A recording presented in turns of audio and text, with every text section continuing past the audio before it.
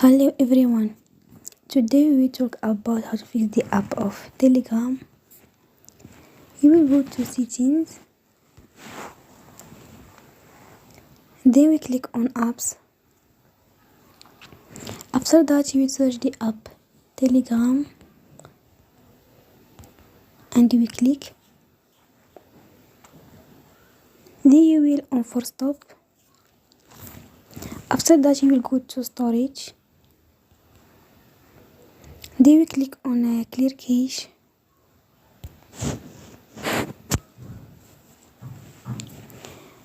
In the end, turn off your phone and you will recharge your phone again.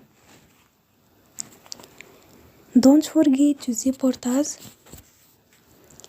by like and subscribe. See you next time and thank you for watching.